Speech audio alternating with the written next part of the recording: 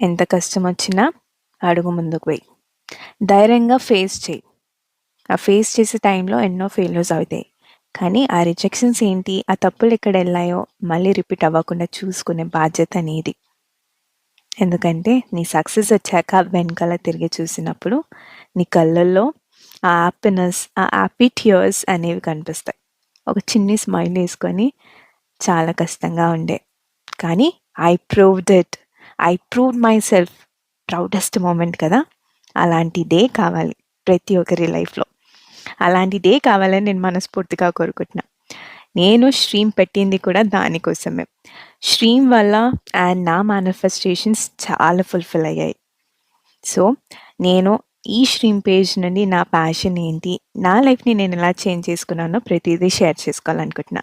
మీ చిన్ని support, me love and support చాలా difference ఉంటుంది.